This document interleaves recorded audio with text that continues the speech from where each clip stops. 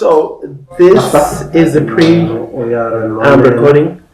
So yeah, aligning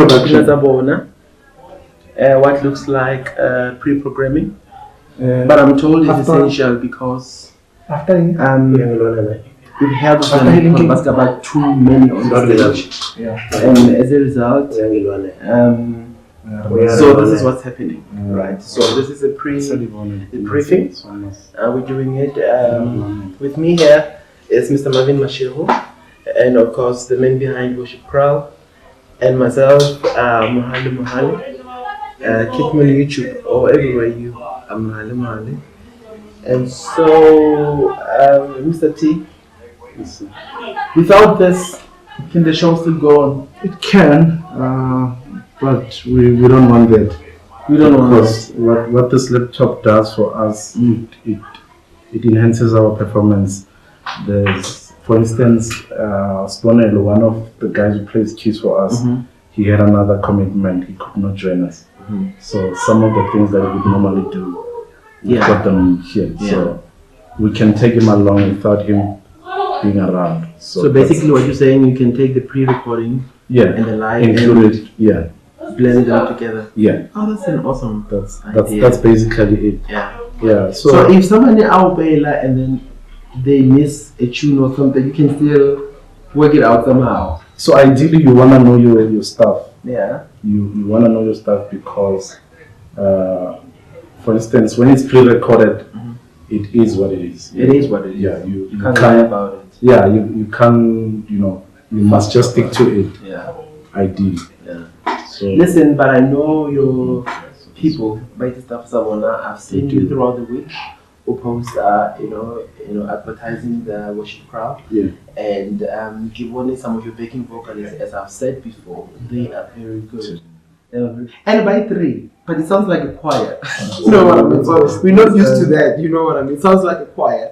I think also the beauty with them, we live in different provinces, so that naturally means we have very limited time with each other. Yeah.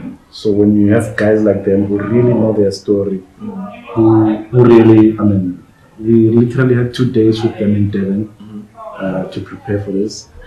And we had to go through the whole repertoire in just 2 days. Yeah. And I was happy. Yeah. I felt confident that we were going to do this. What's next? How far away? After we are running. But even the last time, Google your backing vocalist. They're very strong. Very, very strong.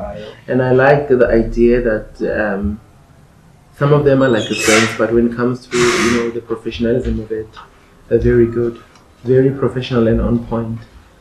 So the process of Pika out, what was it like for you?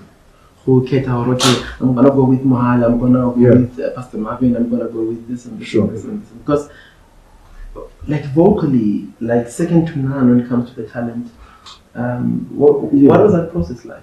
So for me, I always say that the music is usually the last thing that matters. Someone's musicality, how good they are, it's usually the last thing.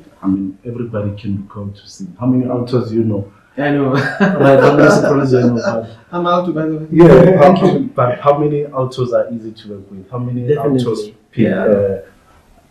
come to rehearsals on time? How many when they say I'll be there for this gig, they won't cancel you 2 days before the show.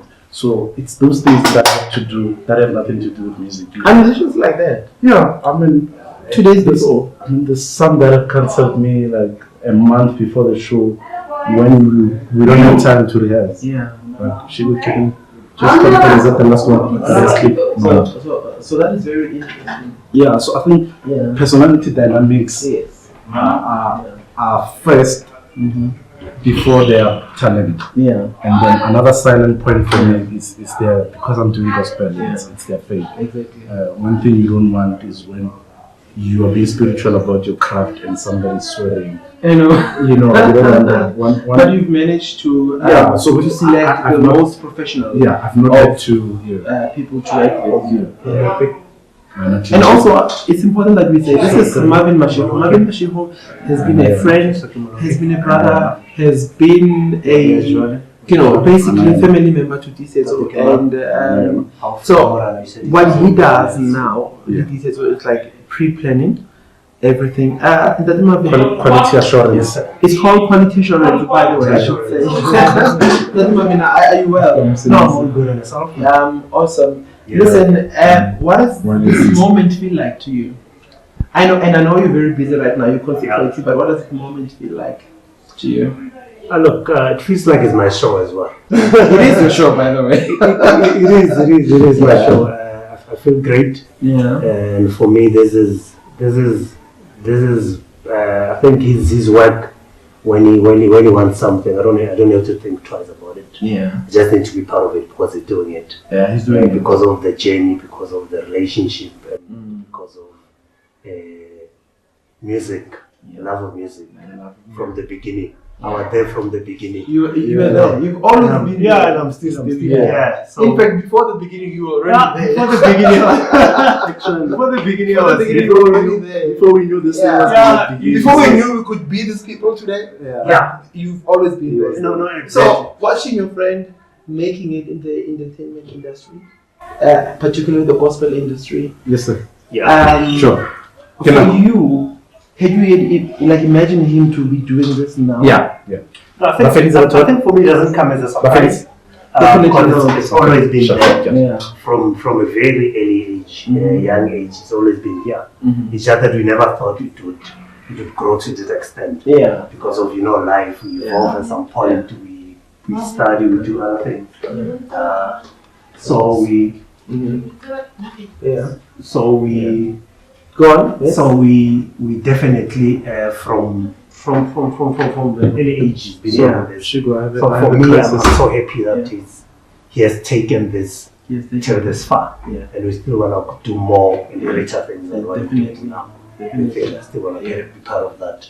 And you know what I feel like? I feel like you see those people who fish. I feel like this is went to Devon and KZN. With the rod. I said that, I want to put it the continent, that province. And then we merge with this side. Because Ronaldo's side, our gospel field is totally different to what they do. Sorry to interrupt. I have a crisis. Baraba told me to set up, but I don't know if Svatli is here. I can't get hold of stuff, so I need to Shigo. Okay. So we can work with you. Yeah. We can work with you. Let me just say this. We can actually go to Sugar thing. Now so we need to do So Marvin, prepare yourself for more interviews. I'm ready. But before you go, can you just brief me, please? Oh yeah, I need to brief you. So check outside. I need to find out if Sparkle is here because she needs to do something. The first thing, Sparky and that's one the second one. Star needs to bring her. Okay. So what is the scene today? Set the scene for us. Okay, so 2 o'clock, now it's 12 minutes past 12, we need to convert the venue into Kraal. Okay. So I need to be hands-on, just make sure technical things are as I need them to be. What you are doing while you do that is getting interviews. Like you did, same thing we did last year, and then 2 o'clock the show starts. Okay. And how many gospel I've got 5, Mampai, Ayanda Shange, Matapela Masile, and yourself, of course. And apparently myself. That is awesome. Yeah. So each of your artists will perform how many songs? 2 to 3. 2 to 3 songs each. So basically, it's not going to be like a longer session. It's going to be like a shorter version of what we have. Sure. But this time you're not doing it outside, as you said. We're doing it Kamarakireke. For sure. Is there any particular reason for that? It's because we are doing it day shift during the day, so we needed. So just one more thing I need to do. It was not practical for us to do Kraal under the sun. Under the sun. Yeah. Because of the lighting, etc.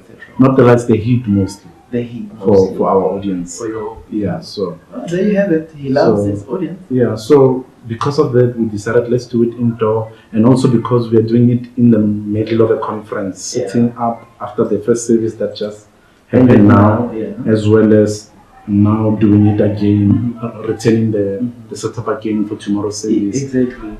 Going outside. So there's a lot that's happening pre and after. Yeah. So it makes sense that it should not be outside this time around. Okay. But what we're gonna do is try to, just with our decor, just still maintain that element of Kraal. And then we're excited. Okay. I'm happy to know that Kraal is still going on. Yeah. Yes, as well, I mean, so Kraal basically started where? Because I have a different perception of what Kraal is. Yeah. I know where it started, but where has it started? It's an extravaganza that started. It started during lockdown. I think then I was, depressed because you couldn't sing anymore. I was not depressed. I was just in isolation. Let me just say that. I needed isolation. It just hit me out of nowhere. Some call it an encounter, a trance, whatever it is, but just Kraal devolved into worship and. But when I actually been speaking to people, I realized actually it came to be visible during lockdown, but it was long before. For instance, I've always loved Kraal setups. When I got married, I wanted a secular type of environment, venue, though we could not get it. But I've always been about the circle, so I guess it was always leading up to this moment. So the first show was Devon. It was Devon at my house. We just did it around our garden porch, and and we did that. I had a couple of friends. I asked them to come help me out. The aim was initially to do just 3 songs, and that evolved. People started seeing our pictures. They're like, "Hey, why didn't you invite us?" We said, "Okay, let's do it." We did a show in Devon. We got good reception. People in Pretoria started seeing images on social media. They're like, "Dude, come to Pretoria." Last year we did that. July we did another one in Devon, and yes, the one I missed. Yes, the one you missed. Okay. Did you forgive me for that? No. Okay, not yet. You need to buy me. You need to bribe me. I'll bribe you. Okay, so now what's happening? I need to quickly run. This is nothing formal. As you see, I'm still wearing my shorts. Yeah. Definitely unprepared. So we're gonna go outside, and no, it's okay. This is really unprepared. So this is one of, Actually, you need to speak to Puse about my journey. Up together. She's been part of. She's been part of it. Definitely. So, and it's just like feeling like, oh my god. I mean, you know. Okay. So what's gonna happen? What's gonna happen now? While I pick up, you can do a quick one with Puse, and then. Okay. So we're gonna have a quick meeting with Puse, and then after we're gonna go outside just to see behind the scenes and everything. As you see, I look very fabulous in my normal everyday clothes and my, you know what I mean. So we're gonna have a discussion with her briefly. Then we go outside just to see what it's like to prepare for such a mega show. Puse, how are you? I'm good. How are you? Yeah, I'm good. Listen, do I know you from somewhere? I don't know. You look familiar from this church, right? Yeah, probably. Most probably. I don't think you've seen Listen, your involvement with Worship Kraal, what can you tell us about it? Not much about the Worship Kraal, but maybe something about the founder. Tisetso. I think when I got introduced to this church, it was through a friend of mine, a mutual friend of ours, Spiso, who introduced me. Who's gonna be performing today? Yes. And I look forward to it. Yes, he's amazing. Because I have got great reviews about him. Yeah, no, he's amazing. Listen, when he was just in grade 10, I was still working for some company. I went to his school. And he was there. He said to me, "I want to be a singer." And I said, "Can you sing now?" And he said, "Yes." And he went up front. He belled all the notes, and everyone was so impressed. And years later, voila, he's a musician. I mean, he's now touring with the Lion King. He's been through many great. He's amazing. He's really the one who introduced me to, and Tisetso by that time was the musical director for a group. We were Voices of Faith. I know. Before we were that touch, yes. Oh my goodness, that's where I know you from. Yeah, we were Voices of Faith before we were that touch. And then I think from there we've co-written a few songs with Tisetso. He's a beautiful songwriter, and I think that's also something that sort of brought us together. Musically, also, he's always been a visionary when it comes to music. Right? He's always had his mind on the bigger picture, and I think if I'm being personal, he has been that one person who, you know, when it comes to arranging the music, writing the music, for having that ear, executing what he wants, for listening also. He's been that guy, and he has not stopped since. Can I tell you, this is what has surprised me. I admire it. One day we were coming to church for a rehearsal. Yeah. And this is like many years, like something like 15 years ago. And he was telling me, you know, I have an idea one day. I want to bring all the musicians that I know. So we could have like a manufacturing type of, you know, session, that kind of thing. And I was like, okay, so who do you imagine to? He said, yourself, my sister Madube, and many other people that I knew then. Yeah. And to see this happening now. Yeah. I tell him about it all the time. He says, remember, you had this idea many years ago and see where we are now. Yeah. And I think what I admire the most is not giving up. Yeah, definitely. You know? And also not losing sight and not losing direction of where he wants to go. Yeah. He's always been had his eyes on the prize. And that's his journey. That's his because journey. Many of us diverted. We went to different professionals, teachers, doctors, etc., etc. And we forgot about this thing. We gave up along the way. But he kept on doing it. He kept on doing it. Yep. Listen, I'm going to pause you here because I feel like there's so much that we're going to talk about. Yeah. But during the live recording and after and before, I need to have an interview with you again. Sure, no problem. Deal? I love you. I love you Thank too. you. Thank you so now much. we're going outside. Can you do me a favor, please? Watch over his laptop. Okay. There's some confidential things. All right. So now we're going outside, right?